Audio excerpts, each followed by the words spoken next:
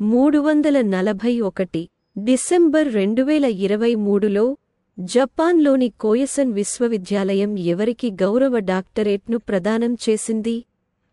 Maharashtra deputy CM Devendra ఫడ్నవీస్కు జపాన్లోని కోయసన్ university గౌరవ డాక్టరేట్ను ప్రదానం చేసింది. ప్రాథమిక పౌర మౌలిక సదుపాయాల కల్పనలో, జలయుక్త శివార్ యోజన వంటి పథకాలను అమలు చేయడంలో మరియు రాష్ట్ర పారిశ్రామిక అభివృద్ధికి ఆయన చేసిన కృషిని గుర్తించి విశ్వవిద్యాలయం ఫడ్నవీస్కు డాక్టరేట్ను ప్రదానం చేసింది.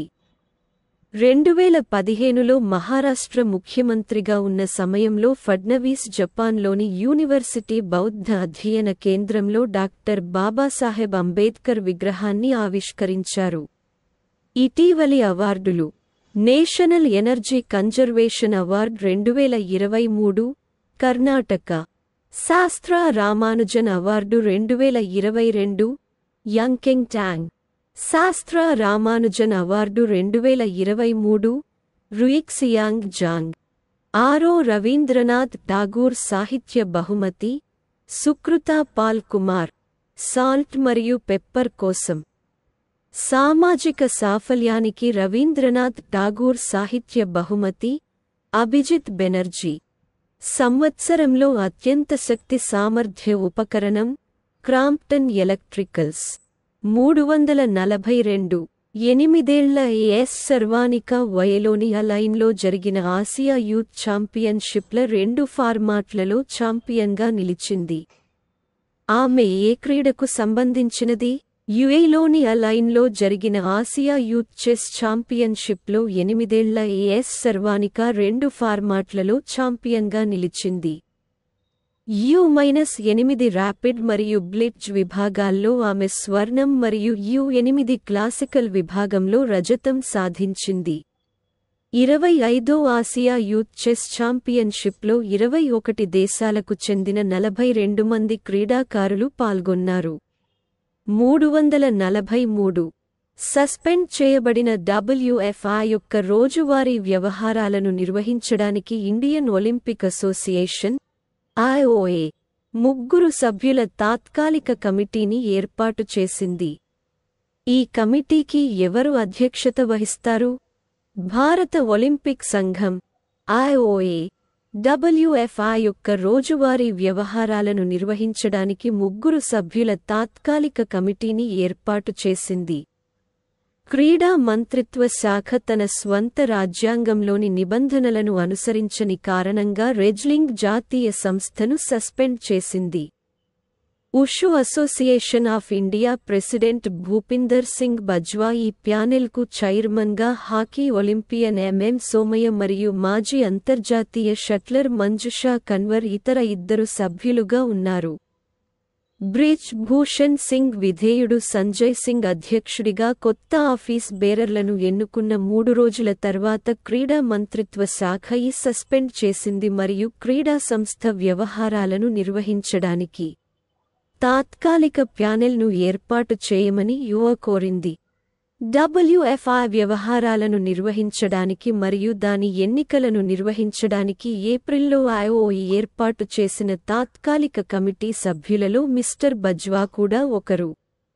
కోర్టు కేసుల కారణంగా పదే ఆలస్యం జరిగిన తర్వాత బ్రిజ్ భూషణ్ సన్నిహితుడు సంజయ్ అధ్యక్ష ఎన్నికల్లో గెలుపొందడంతో చివరకు డిసెంబర్ 21న ఎన్నికలు జరిగాయి.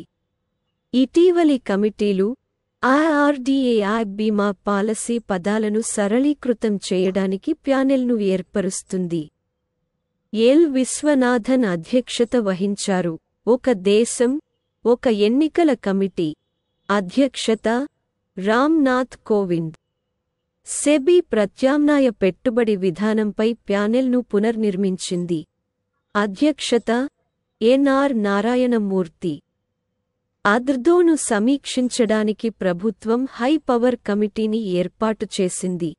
అధ్యక్షత ప్రొఫెసర్ కె విజయ్ రాఘవన్. మొత్తం అధికారిక డేటాను సమీక్షించడానికి ప్రభుత్వం కొత్త ప్యానెల్ను రూపొందించింది. అధ్యక్షత ప్రణబ్ సేన్.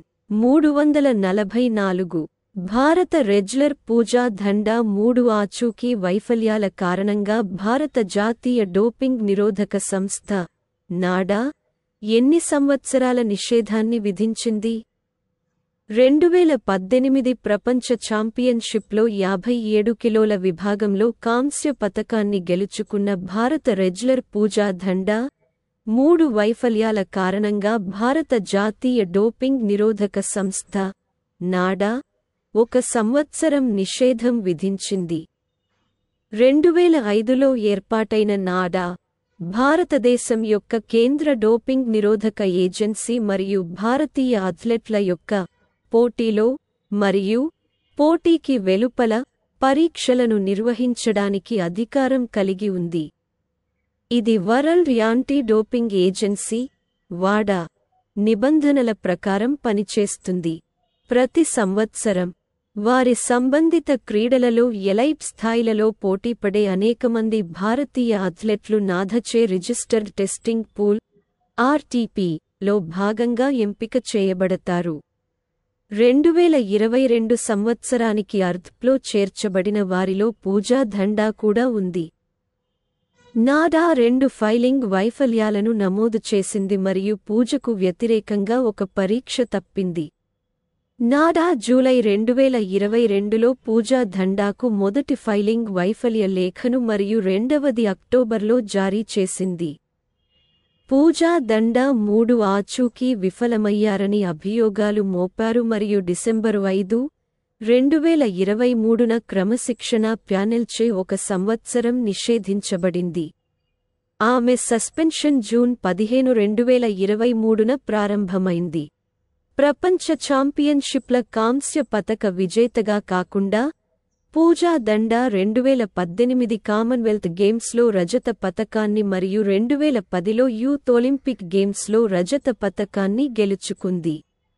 345 న్యూజిలాండ్లోని ఏ నగరంలో కాన్సులేట్ జనరల్ ఆఫ్ ఇండియాను ప్రారంభించాలనే ప్రతిపాదనను కేంద్ర మంత్రివర్గం ఆమోదించింది.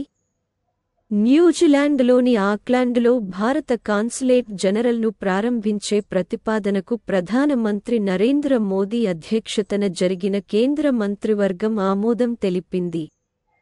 ఆక్లాండ్లో కాన్సులేట్ జనరల్ ఆఫ్ ఇండియాను ప్రారంభించడం వల్ల భారతదేశం యొక్క దౌత్యపరమైన పాదముద్రను పెంచడానికి మరియు భారతదేశం యొక్క పెరుగుతున్న ప్రపంచ నిశ్చితార్థం దృష్ట్యా భారతదేశ దౌత్య ప్రాతినిధ్యాన్ని బలోపేతం చేయడానికి సహాయపడుతుంది.